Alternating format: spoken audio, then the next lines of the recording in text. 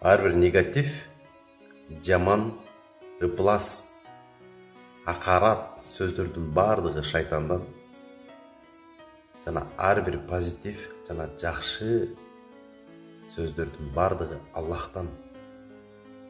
Жана ошондой эле ар бир ниет, жакшы ниет дагы Аллахтан. Президентибиз Садыр Нуркожоевич экс-президенттердин бардыгын бир жерге чогултуп, ынтымак тамагын берип койгону бул айкөлдүк туугандар. Өтө кубанып жатам.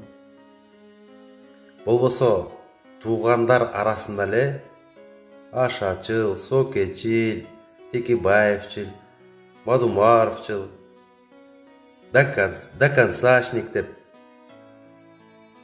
бөлүнөбүз го.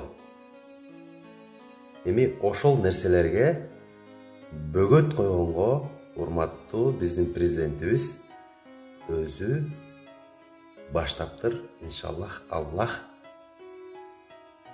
оюна ишине береке берсин. Ассаламу алейкум.